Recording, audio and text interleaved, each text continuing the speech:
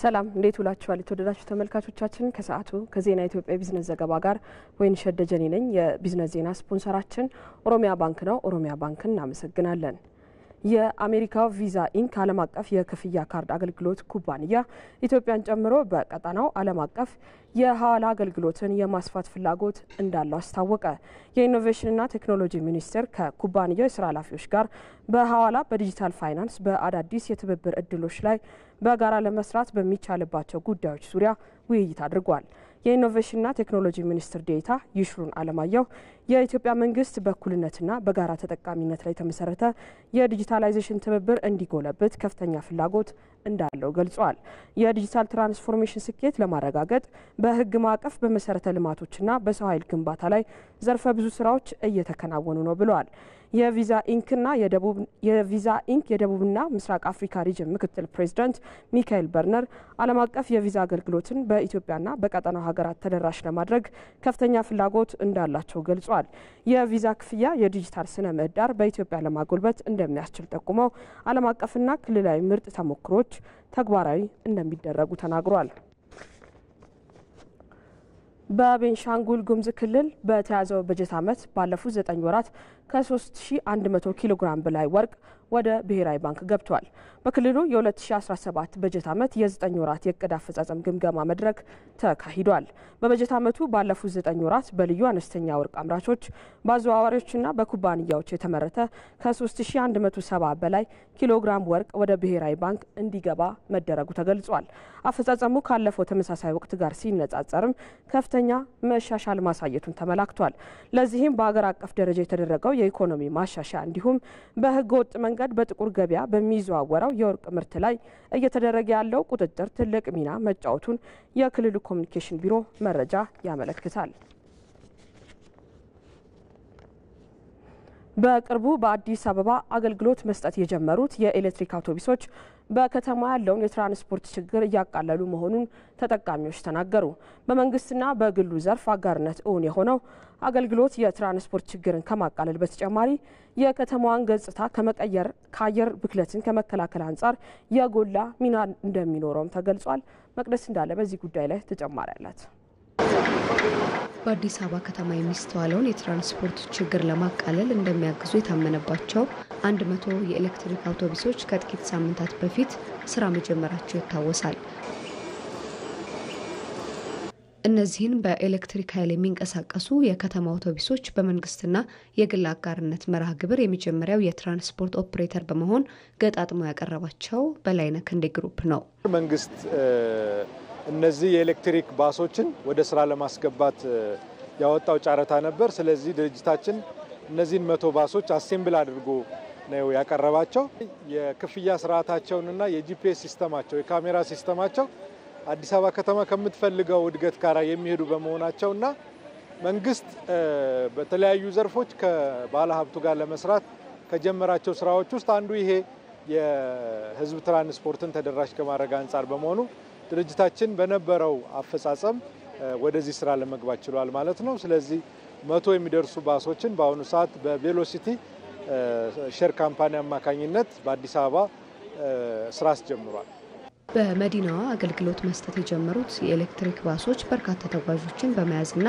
በምቾታቸው ተመራጭ መሆናቸውን አሽከርካሪዎችና ተሳፋሪዎች ነግረውናል ያኛው ጭስ ነው የኛው ምንም ጭስ አልባ ነው ድምፅ አልባ ነው በጣም ቆንጆ መኪና ነው የተለየ የሚያደርጋቸው ነገር ድምጽ የለም ምንም ድምጽ የለም እና የተለየ ነው ሌሎቹ ያው በነዳጅ የሚሰሩ መኪናዎች እየጮሁ ነው የሚመጡት ይሄ ጩኸት የሚባል ነገር የለም እና ምቾት አላቸው በዚህ አሁን ቬሎ ባስ ላይ እንደምናየው ልዩነት በጣም የተሻለ አገልግሎት አሰጣጣለው ከኑሮ ውድነት አንፃር የዋጋ ተመኑ ራሱ በጣም ህብረተሰቡን ያማከለ መንግስትንም ትኩረት ያደረገ የምንረዳዳበት የምንተሳሰብበት አሰራር ይሰፈነበት ነው ይሄ ባስ ከመምጣቱ በፊት ያው ሰልፍ በጣም አለ በጣም ታይማችን በሰልፍ ነው የምናሳልፈው ረጅም ሰዓት ማለት ነውና ይሄኛው ባስ ከመጣ ጀምሮ ግን ሰልፍ ቀንሷል በቀላሉ አክሰስ ማድረግ እንችላለን ማለት ነው ትራንስፖርት በላይነህ ክንዴ ግሩፕ በቀጣይ በሌሎች የክልል ከተሞችም ዘመናዊ የትራንስፖርት አገልግሎትን ለማስፋፋት በትኩረት እየሰራ እንደሚገኝ ገልጿል። እንግዲህ ድርጅታችን በአዲስ አበባ ብቻ አይደለም በመንግስት የመንግስትና የባለ ሀብቱን ትብብር በሚጠይቁት ሌሎች ከተሞችም የማስፋፋት እቅድ አለው። እንግዲህ ዓለም በአሁኑ ሰዓት ወደ ዲጂታል ስርዓት እያደገ በመሆኑ ባሶችም ይሄን ይከተላሉ ብለን እናስባለን። ሌላው በቀጣይ እነዚህ ባሶች እጅግ ከተጨናነቀ ስርዓት ወጥተው ለተጓዦቹ በጣም ምቹ በሆነ መንገድ እንዲጓዙባቸውና የአዲስ አበባን የትራንስፖርት ችግር እንዲቀርፉ ለማድረግ ድርጅታችን በስፋት ይሰራል ማለት ነው። አዳዲሶቹ የኤሌክትሪክ አውቶቡሶች የከተማዋን ገጽታ በማሻሻልና የአየር ብክለትን በመቀነስ በኩልም የጎላ ሚና እንዳላቸው ተጠቅሷል። ተመልካቾች የቢዝነስ ዜናችን እንደቀጠለ ነው።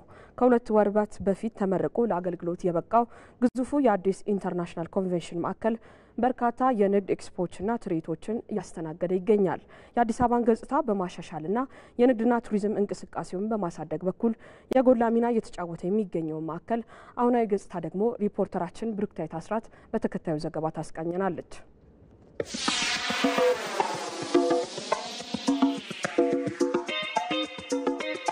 አዲስ አበባ ከተማ እንግዲህ እንደ ስሟ አዲስና ጽዱ እንድትሆን በከተማዋ የተለያዩ ስራዎች እየተሰሩ ይገኛሉ። ከነዚህ መካከል እንግዲህ አሁን እኔ የምገኝበት የአዲስ ኢንተርናሽናል ኮንቬንሽን ማዕከል አንደኛው ነው። ይህ ማዕከል ግዙፍና በጣም ሰፊ እንዲሁም ብዙ አገልግሎቶችን የያዘ ማዕከል ነው። እንግዲህ በውስጡ ያለው አገልግሎቶች ምን ይመስላሉ፣ ምን ነገሮችንስ አካቷል የሚለው ወደ ውስጥ ጎራ እንልና አብረን እንመለከታለን።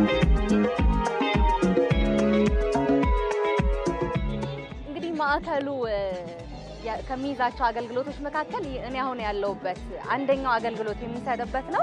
ይህ ስፍራ እንግዲህ የተለያዩ የኪነ ጥበብ ስራዎችን የሚያስተናግድበት የተለያዩ የኪነ ጥበብ ሁነቶችን የሚከናወንበት ስፍራ ነው፣ በውጭ ላይ ማለት ነው። እንደምንመለከተው በርካታ ሰዎችን ማስተናገድ ይችላል። ከፊት ለፊት ላይም ሰፊ የሆነ የኪነ ጥበብ ስራዎች የሚካሄዱበት ስራዎቻቸውን የኪነ ጥበብ ባለሙያዎችም ስራዎቻቸውን በስፋት ማቅረብ የሚችሉበት ስፍራ ተሰናድቷል ማለት ነው። ሌላው ማዕከሉ የተዘጋጀው የአገልግሎት ስፍራ የውስጥ እንዲሁም ደግሞ የውጭ ኤግዚቢሽን ስፍራዎች አሉ። አሁን ከጀርባችን የምንመለከተው የውጭውን ኤግዚቢሽን ስፍራ ነው። እንግዲህ ይህ ስፍራ ትልልቅ የኢንዱስትሪ ወይም ደግሞ ትልልቅ የማሽን ምርቶች ለኤግዚቢሽን የሚቀርቡበት ስፍራ ነው። ነጋዴዎችም እንዲሁም አምራቾች ምርቶቻቸውን ይዘው መጥተው በዚህ ስፍራ ላይ ምርቶቻቸውን ለገበያ ያቀርባሉ ማለት ነው። አሁን ደግሞ እስቲ ወደ ውስጥ ጎራ እንበልና የውስጡ የኤግዚቢሽን ማዕከል ምን ይመስላል የሚለውን እንመልከት።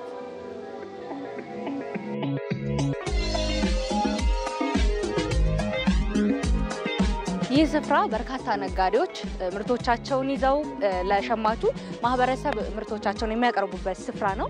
እንደምንመለከተው በጣም ግዙፍ ነው። በርካታ ነጋዴዎችን ማስተናገድ ይችላል። ይህ ስፍራ እንግዲህ የኤግዚቢሽን ማዕከሉ ለነጋዴው ማህበረሰብ ትልቅ እድል የሚፈጥር ምርቶቻቸውን ለገበያ እንዲያቀርቡ የሚያመቻች ለሸማቹ ማህበረሰብ በአንድ ስፍራ ላይ በርካታ ምርቶችን እንዲያገኙ እድል የሚፈጥር ቦታ ነው። የግብይት ትስስሩንም በስፋት የሚያስተናግድ መሆኑንም ነው እንግዲህ በስፍራው ተገኝተን የተመለከትነው ማለት ነው።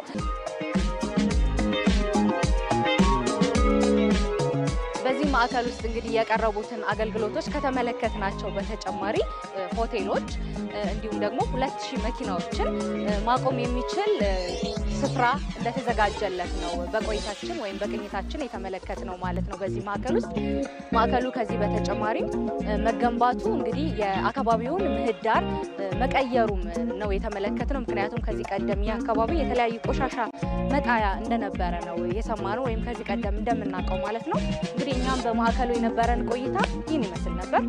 ሰላም ተመልካቾች። አሁን ደግሞ የውጭ ምንዛሪና ዓለም አቀፍ የግብይት መረጃዎችን እንድትከታተሉ እንጋብዛለን።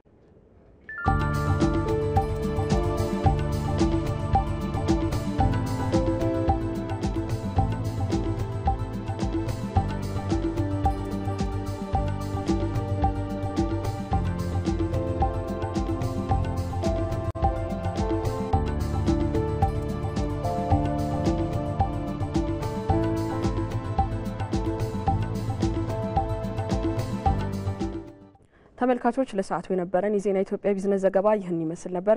ከዜናዎቹ ጋር ወይንሸት ደጀኔ ነበርኩኝ። በያላችሁበት መልካም ቀን